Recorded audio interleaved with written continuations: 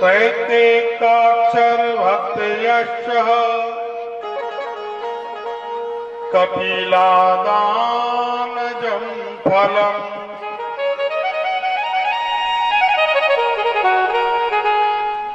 तो महाराज कहते हैं संसार में अनेक पुराण हैं। भागवत पुराण में श्रवण करते हैं तो एक अक्षर के ऊपर भी एक कपिला गौ माता दान करने का फल प्राप्त होता है। ऐसा कल्प वृक्ष है। संसार में अनेक वृक्ष एक बार सूख जाएंगे, लेकिन भागवत का जो वृक्ष है महाराज वो हमेशा हरा ही रहेगा। और 18 पुराण में भी भागवत को जब तराजू में तोला गया, तोलने का वजन मेरा वजन का अर्थ नहीं है, ज्ञान के अर्थ की बात यहां बताई गई है कि एक तरफ ज्ञान के तराजू में ज्ञान की कथा में हम वहां पहुंच जाते जहां पहुंचने का हमने कभी मन में विचार भी नहीं किया।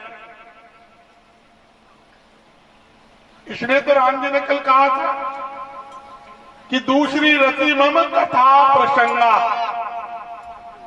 कि दूसरी भक्ति कौन सी बताई है कि कथा को श्रवण कीजिए। और जब कथा श्रवण नहीं होगी तो वो चरित्र हमारे सामने कैसे आएगा भगवान का महाराज। इसलिए चित्र और चरित्र दोनों को समान रूप से हमारे साथ में रखना पड़ेगा। कम से कम ऐसे नए पंथों से आप लोग बच के रहिए जो कहते हैं कि चित्र का पूजन मत करो, सिर्फ चरित्र का पूजन करो।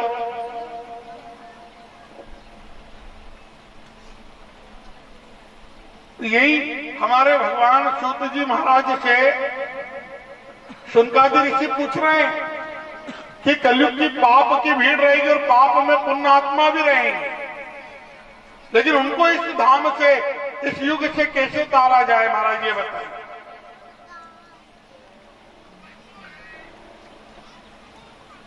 इसलिए नैमिषारण्य तीर्थ में वेद व्यास जी महाराज के शिष्य सूत जी महाराज कहते हैं, एक सुंदर कथा कहते हैं और कलयुग के प्राणियों के लिए कह रहे हैं कि जब सुखदेव मुनि जी महाराज का लगती है महाराज, और उसका जो 2 पल है वो बहुत ज्यादा है हमारा। एक जगह कहते हैं कि हमारे 2 पल भी यदि कहीं रुक जाते हैं तो 3 चीज में से कहीं ना कहीं हमारे साथ में जरूर जाती है। या तो मोह जाएगा, या माया जाएगी, या ममता जाएगी। और इसलिए महाराज ये मोह माया ममता है,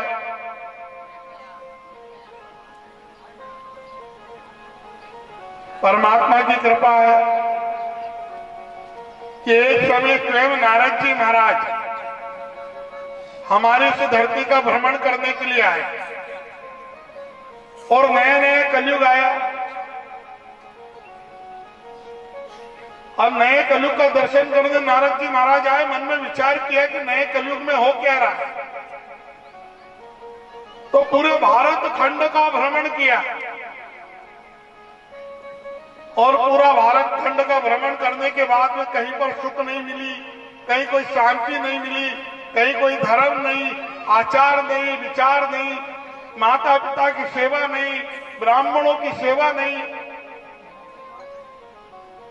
बल्कि ब्राह्मणों से तो और सेवा करवाई जा रही है कि हमारे गांव में भी ये बीमारी नहीं फैली,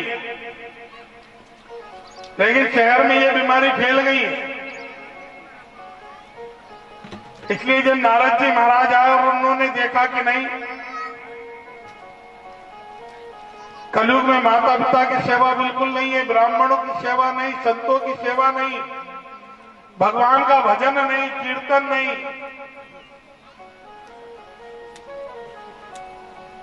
भगवान का ना भजन है ना कीर्तन है।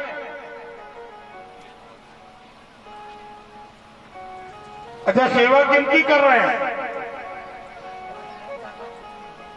लड़के लोग, घर के माता पिता तो को क्या कहते हैं मालूम?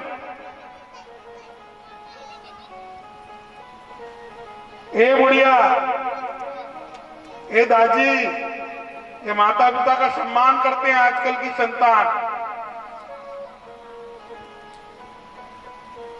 और ससुराल में जाएंगे तो क्या बोलेंगे? मम्मी जी, पापा जी, और घर में बुढ़िया, डोकरी, दादी, बुड्ढा। ये घर का उच्चारण है, घर के माता पिता का। और ससुराल में मम्मी जी और पापा जी।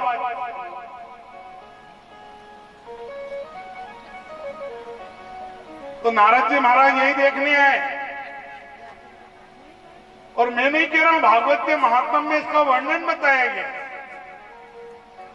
कि जब नया कलयुग आया तो ना माता पिता की सेवा है, ना संस्कार है, ना धर्म है, ना आचरण है, ना सदाचार। और जो भगवान की यदि पूजन भी कर ले तो महाराज जैसे राक्षसों का अत्याचार होता था ना, ऐसे कलयुग में भी ऐसे लोगों के ऊपर, विचारों के ऊपर परिणाम। और नारद जी ने जब परिचय लिया तो उन्होंने अपना नाम बताया कि महाराज मैं भक्ति हूं, और जो मेरे से ज्यादा, जो मेरे यहां पर जो नहीं है, कोई चेतना नहीं है। ये मेरे दो पुत्र हैं, ज्ञान विराट, जो मेरे से भी ज्यादा बूढ़े हो गए। नहीं जाने किसका मुझे श्राप लग गया कि सारा संसार का भ्रमण किया, कहीं शांति नहीं मिली, और मैं बूढ़ी होती चले गई, और मेरे पुत्र तो मेरे से ज्यादा बूढ़े हो गए। लेकिन अंत में जब मैं वृंदावन आई तो थोड़ा सा मुझे महाराज सुकून मिला है यहां पर आकर। और ये जितनी भी जो देवियां जो आज मेरी सेवा में लगी है ना, ये सब पवित्र नदियां हैं। कोई गंगा है, कोई कावेरी है, कोई यमुना जी है, कोई नर्मदा जी है। ये सब देवियां मेरी सेवा में आज लगी हुई है महाराज। और महर्षि जी, मेरी एक दासी और हुआ करती थी जिसका नाम था मुक्ति, वो तो मुझे छोड़कर ही चले गई। इसलिए महाराज, पर ऐसा क्यों हुआ? मैं सिर्फ ये जानना चाहती हूं। आप तो भगवान के सबसे निकट रहने वाले परम भक्त श्री नारद जी हैं। आप में तो स्वयं भगवान श्री नारायण का अंश बसता है महाराज, लेकिन आप तो मेरे चिंता ना करें।